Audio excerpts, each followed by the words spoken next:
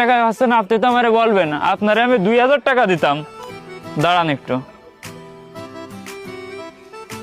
এই যে 2000 টাকা আপনারে দিতেছি, আর আপনি কোনো কথা করেন না, আপনি 2000 টাকা নিয়ে ওইটা আমারে দেন।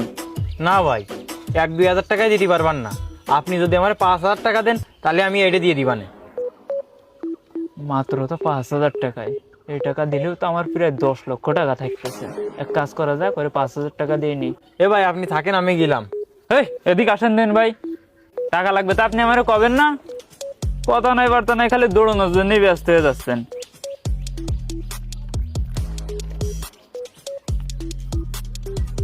এই নেন, এই জায়গায় পুরোপুরি 5000 টাকা আছে, আরে কাগজটা আপনি আমারে দেন। ভাই একটা কথা শুনেন, আপনার থেকে যে আমি এই কাগজটা 5000 টাকা দিয়ে নিলাম, এই কথা যেন আপনি আবার কাউরে বলতে যান না। না ভাই, কি কইলেন? এই কথা কি কারো কোয়া যায়? আমি আর আপনি ভাই ভাই না? এই বিষয়টা আমার আর আপনার মধ্যেই থাকুক। আচ্ছা ভাই ঠিক আছে, তাহলে এবার আপনি যান।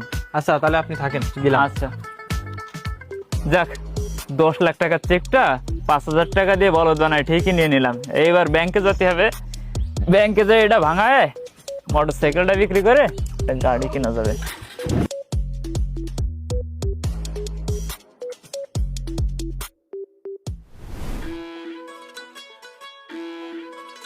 কিরে, কি অবস্থা বন্ধু, ভালো আছিস? কি খবর তোর? এই তো বন্ধু, বসে বসে আড্ডা দিচ্ছিলাম আমরা। আমি তো একটা জ্যাকপট লাগাই ফেলছি রে। আরে তাই নাকি? তা বল, কি জ্যাকপট পাইছিস? দাঁড়া দেখাইতেছি। এই দেখ তো, এটা কি? আরে এটা তো দেখি 10 লক্ষ টাকা চেক। এই চেক তুই পালি কই? তোর তো পুরো কপাল খুলে গেছে মামা। হ্যাঁ তা তো। আর সিয়াম, আমার এই গাড়িটা আর এই চেকটা যদি আমি ভাঙাই, তাহলে কি একটা প্রাইভেট কার কিনতে পারবো না? আরে কি বলিস, হবে না মানে? একেবারে দৌড়াবে। এইসব বাইক টাইক দিয়ে আর কয়দিন একে চালাইতে আর ভালো লাগে নাকি? ভাবতেছি এই সবগুলো বিক্রি করে দিয়ে এখন একটু আরামায়েশে চলাফেরা করা লাগবে। তাই ভাবলাম কি, এই গাড়িটা বিক্রি করে একটা কালো রঙের 4 চাকার গাড়ি কিনবো। গাড়ি কিনবি ভালো কথা, তো তুই এই চেক পাইছিস কই? এই 10 লাখ টাকার চেকটা একজনের কাছ থেকে মাত্র 5000 টাকা দিয়ে বুজুং বাজুং বোঝায় নিয়ে চলে আইছি। আরে পাগল, বলো দো না তুই। কেন, কি হয়েছে? এই কথা বলতেছিস কেন তুই? এই চেক তুই ভাঙাবি কি করে? এটা তো 3025 সালের চেক। আয় তুই বলিস কি? কই দেখি।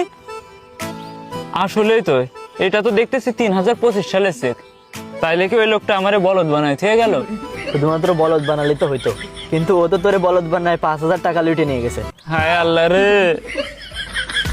তো ভিডিওটি দেখে কে কি বুঝলেন অবশ্যই কমেন্ট বক্সে কমেন্ট করে যাবেন।